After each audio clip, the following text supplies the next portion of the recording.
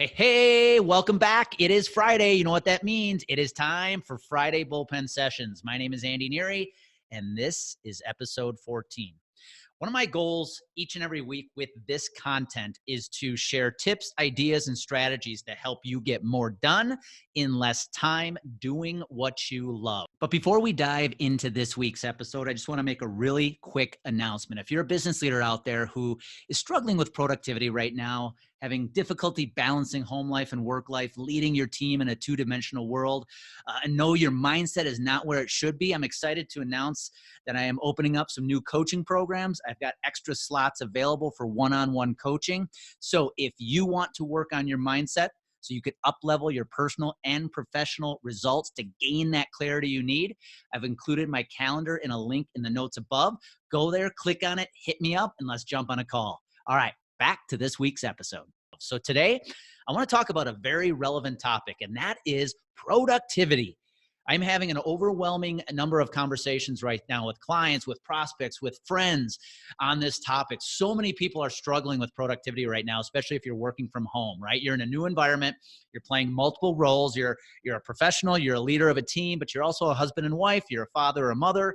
And so balancing this throughout the day has been a very, very big struggle for many. Therefore, what's happening is I'm seeing a lot of people still work that 7, 8, 9 hours, but not really getting anything done. They're just kind of meandering throughout the day. And that's no way to be productive right now, especially when you're working from home. So I've got a very great tip today, a kind of a hack for you. I hate the word hack, but I'm going to say it anyways, that I think could help you really start getting more done in less time in this environment. And I'm going to use an example, again, from my baseball career to serve as the basis for this.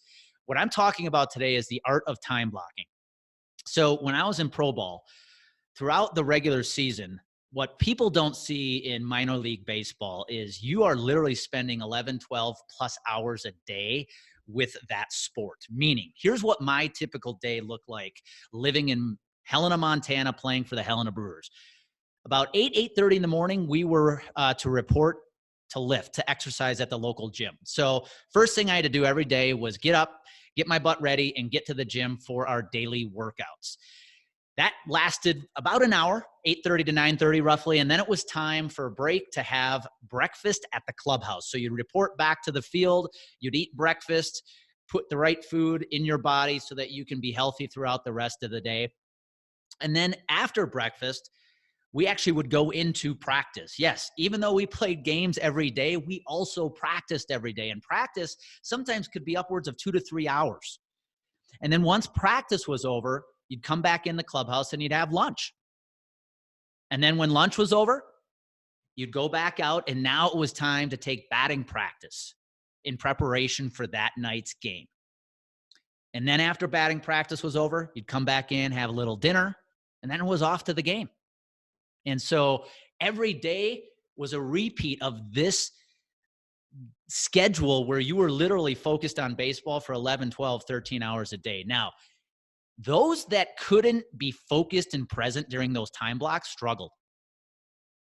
Though sometimes didn't show up for lifting because they didn't feel like it. Sometimes they weren't present during practice. They were kind of going through the motions. But those that excelled in baseball, those that probably elevated themselves quickly through the minor league systems, they were the ones who literally focused on each and every time block, whether it was lifting, whether it was a breakfast practice, batting practice, or the game, and they were present and they knew exactly what their priority was. They worked to get as much done in that time period, each of those time blocks as they could, to be the best they could be every single day. And that's my advice to you right now. What are you doing to leverage time blocking to your advantage while you work from home? Here's my advice. If you don't feel like you're being productive right now, what I want you to do is the following. Number one, I want you to spend 15 minutes every night figuring out what your 3 priorities for the next day are going to be. Then I want you to look at those 3 priorities, and I want you to figure out which one is the most important. Because each one of them holds weight, but there's going to be one that's more important than the other 2.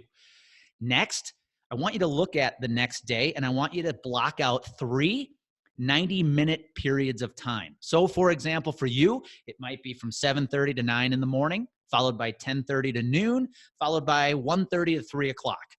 And I want you to throw those priorities in each of those time blocks. Now, the most important thing is to take your most important priority and put it in the first time block of the day. Here's why. If you at least start your day when you have the least amount of distractions and you get that number one priority done, the rest of the day can go to hell and it doesn't matter. You got your number one priority done. Here's the other reason why this is key. You'll notice you're not working back to back to back or just working straight for 8 hours. You're giving yourself the space to take a break, to recharge, to hang out with your kids, hang out with your spouse. These are unusual times, guys. These are different. You have to give yourself the break to recharge so you can come back re-energized for your next time block. And here's the most important thing.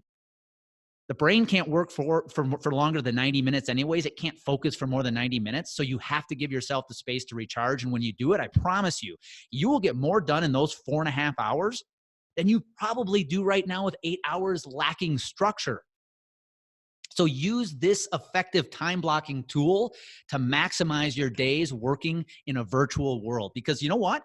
We may not go back to the way it was. This might be our mode of working for at least the near future, if not permanently. So you need to figure out what you're going to do to maximize your life, your days in a 2D world, so you can bring your best each and every day. So figure out what your 3 priorities are, which one is the most important, schedule 3 90-minute time blocks the following day, put the number one priority in that first time block, and I promise you, you will be recharged, you will be re-energized, and you will be getting so much shit done, you will be excited. Hope that helps, guys. Till next week, have a great weekend and live life to the fullest.